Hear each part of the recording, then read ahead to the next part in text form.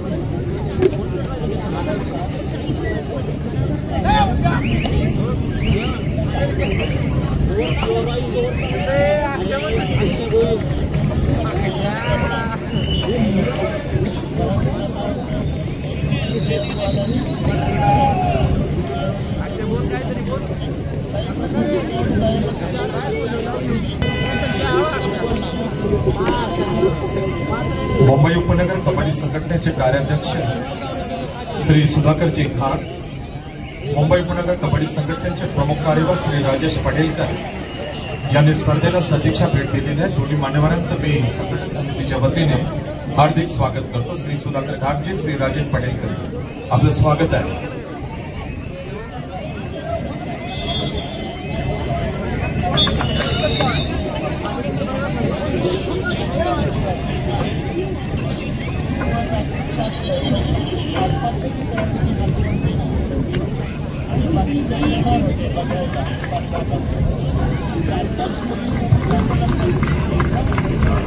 संघ व्यवस्थापक जळगाव जिल्हा पुरुष आणि महिला संघ व्यवस्थापक आणि व्यवस्थापिका, आपल्यास मी विनम्र विनंती करतो, आपण श्री मोहन भावसर यांना व्यासपीठाजवळ भेटायचे. सर्व खेळाडूंसह जळगाव जिल्हा संघ व्यवस्थापक आणि संघ व्यवस्थापिका पुरुष आणि महिला, आपण आपल्या खेळाडूंसह माननीय श्री मोहन भावसर आणि श्री नितीन बर्डे यांना व्यासपीठाच्या उजवीकडे भेटायचं आहे.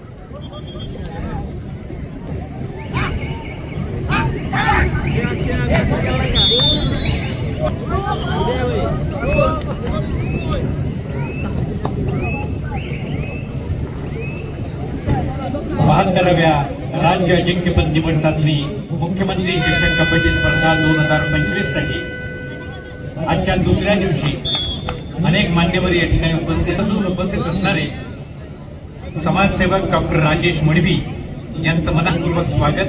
त्याचबरोबर माजी नगरसेविका प्रतिभाताई मडवी यांचंही मनपूर्वक स्वागत. प्रतिभाताई मडवी यांना विनंती, आपण स्वागताचा स्वीकार करावा. नंदाताई पाटील आणि वृषालीताई वाघुले या दोघींनाही विनंती आहे, आपण प्रतिभाताई मडवी यांचं स्वागत करावं.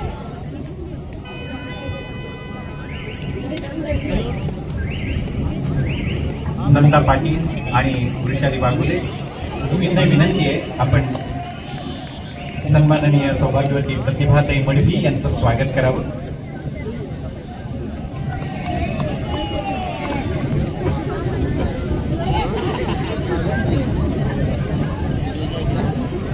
त्याचबरोबर उपाध्यक्ष डॉक्टर राजेश मडवी हे देखील या ठिकाणी उपस्थित आहेत, त्यांचंही मनपूर्वक स्वागत.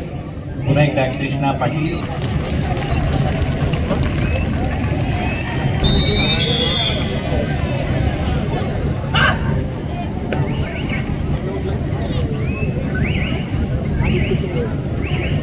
हाऊसिंग फेडरेशनचे संचालक संतोष तावडे देखील या ठिकाणी उपस्थित आहेत, त्यांचंही मनपूर्वक स्वागत. सूरज दळवी यांना विनंती आहे, आपण संतोष तावडे यांचं स्वागत करावं.